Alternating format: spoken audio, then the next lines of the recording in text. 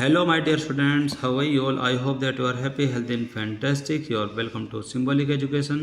Symbolic Education में आपका स्वागत है। Dear students, आज की जो पोएम है जिसका नाम है द लेबनम टॉप, यानी कि अमलतास पेड़ का जो ऊपरी हिस्सा है उसके विषय में है, और एक चिड़िया है जिसको हम बोलते हैं सोनचिड़ी। इन दोनों के तालमेल को मिला करके ये पोएम लिखी हुई है।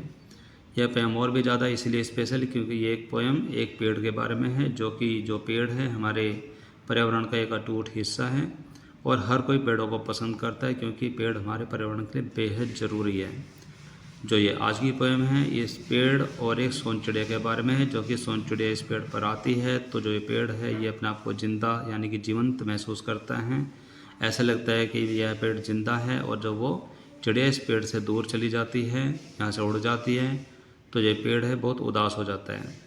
जैसे कि आपने अपने बचपन में अपने आसपास बहुत सारे पेड़ देखे और अब भी देखते हैं कि पेड़ हमेशा ज़िंदा महसूस तब करते हैं जब वो एकदम लहलाते हैं, उन पर पक्षी आते हैं, चहचहाते हैं, अपना घोंसला बनाते हैं और अपना जीवन बसर करते हैं। तो ऐसा लगता है कि हाँ, पेड़ों में जान है, पेड़ भी हमारी तरह सांस ले रहे हैं। और जिस तरीके से परिवार के सदस्य हमसे दूर हो जाते हैं तो हम उदास हो जाते हैं, तो ठीक इसी तरीके से अगर किसी पेड़ से जो पक्षी हैं जो वहाँ पर आते जाते हैं अगर वो दूर चले जाते हैं तो पेड़ भी पूरी तरीके से उदास हो जाता है। तो शुरू करते हैं इस पोएम को और ये देखते हैं कि इसमें आपको और बातें क्या बताई गई है। तो जैसे कि पहले भी हम देख चुके हैं कि पोएम हमारी भावनाओं से जुड़ी रहती है। तो जो ये इस पोएम के जो कवि है टैग ह्यूज, ये भी एक हमारे सामने एक पेड़ की एक वो जीवंत भावना हमारे सामने रखते हैं कि वो पक्षी के साथ रहते हुए अपने आप को जिंदा महसूस करते हैं, और जब वो पक्षी वहाँ से दूर हो जाते हैं तो अपने आप को मृत महसूस करते हैं। तो आइए शुरू करते हैं।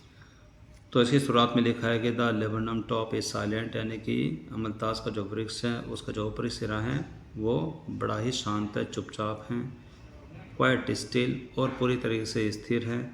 In the afternoon yellow September sunshine, दोपहर के बाद के समय में जो कि सितंबर की जो धूप निकलती है उसमें जो दोपहर बाद का समय है, उस दोपहर बाद के समय में यानी कि हर तरफ धूप छाई हुई है।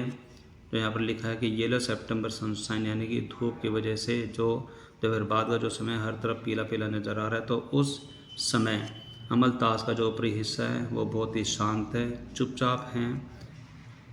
अ फ्यू लीव्स येलोइंग, इसमें जो कुछ पत्तियां हैं वो पीली पड़ गई हैं। ऑल इट्स सीड्स फॉलन, और जो अमलतास के सारे जो बीज हैं वो नीचे बिखर चुके हैं, यानी कि वो नीचे गिर चुके हैं। तो ऐसा लग रहा है कि जैसे कि पतझड़ का मौसम चल रहा है।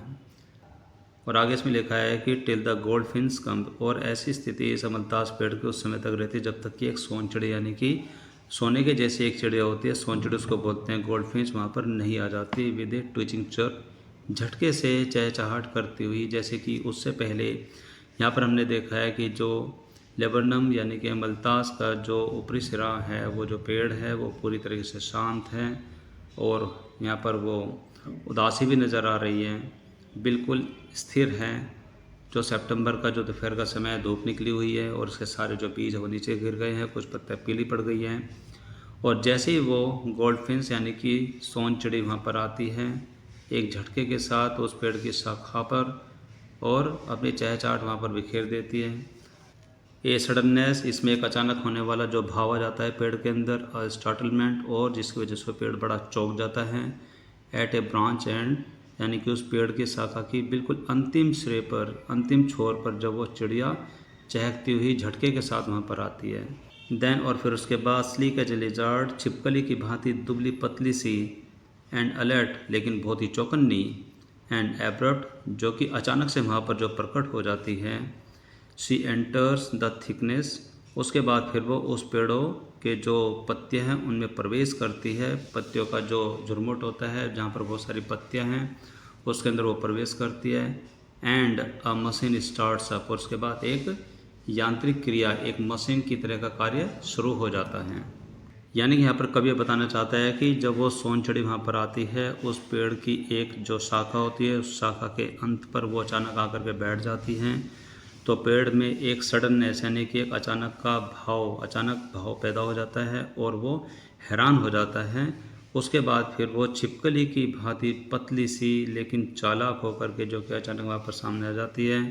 पेड़ की शाखाओं में, पत्तियों में फिर वो प्रवेश करते हैं। उसके बाद फिर वो एक मशीन सा कार्य स्टार्ट हो जाता है। यहाँ पर मशीन सा कार्य स्टार्ट हो जाने का मतलब यहाँ पर यह है कि वहाँ पर फिर वो चहचहाना स्टार्ट करती है, पंखों का तेज़ फड़फड़ाना, कंपन, इस तरीके से उसकी चहक महक होने का जो कार्य स्टार्ट होता है उसको एक मशीन की तरह यहाँ पर इस कवि ने लिखा है।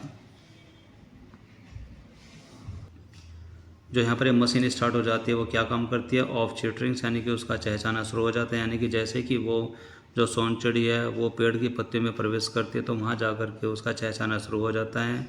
And a tremor of wings, और वहाँ पर जो अपने पंख है, पंख को फैलाकर उनको फड़फड़ाना शुरू कर देती है। एंड ट्रिलिंग्स, और ज़ोर ज़ोर से शोर मचाना शुरू कर देती हैं।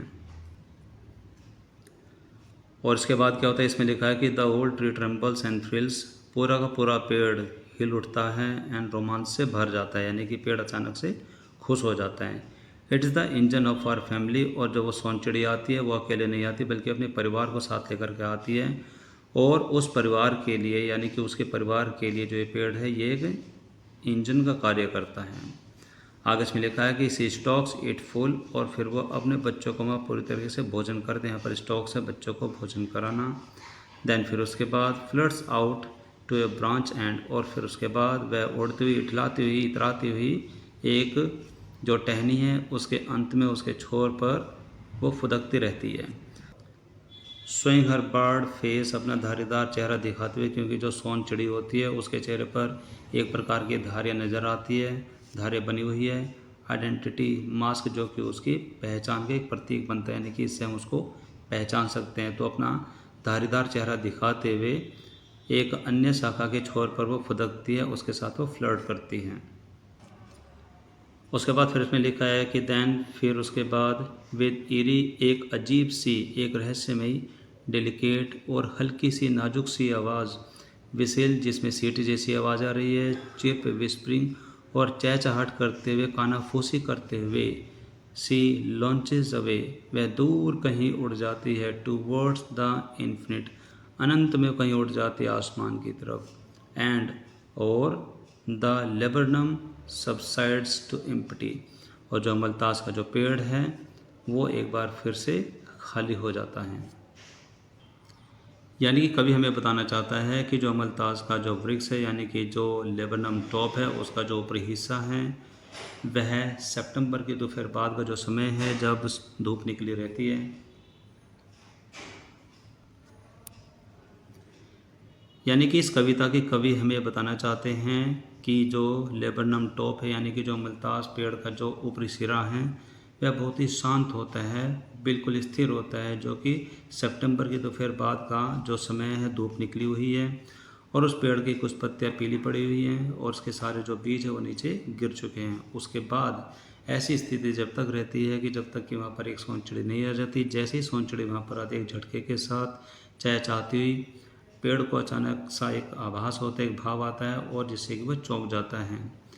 और फिर उसके बाद वह जो चिड़िया है वो लिजार्ड की भांति, यानी कि छिपकली की भांति पतली सी उस पेड़ के जो पत्तियां उसमें प्रवेश करती हैं और अपना कार्य शुरू कर देते हैं। यानी कि उस पक्षी का कार्य क्या होता है, उसमें चहचहाना, पंखों को फहराना, फड़फड़ाना, वहाँ पर वो शुरू हो जाती है। उसके बाद फिर वो अपने बच्चों को खाना भी खिलाती हैं।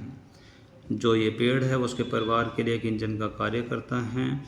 उसके बाद फिर वो वहाँ की जो शाखाएं हैं उसके ऊपर उछलती फुदकती इधर उधर टहलती रहती हैं और फिर उसके बाद फिर हल्की सी एक अद्भुत सी नाजुक सी आवाज़ जो आती है चहचहाट के साथ, वो फिर से दूर अनंत में उड़ जाती है, यानी कि आसमान में उड़ जाती है। और फिर उसी के साथ जो अमलतास का जो वृक्ष है वो फिर से खाली और अकेला रह जाता है।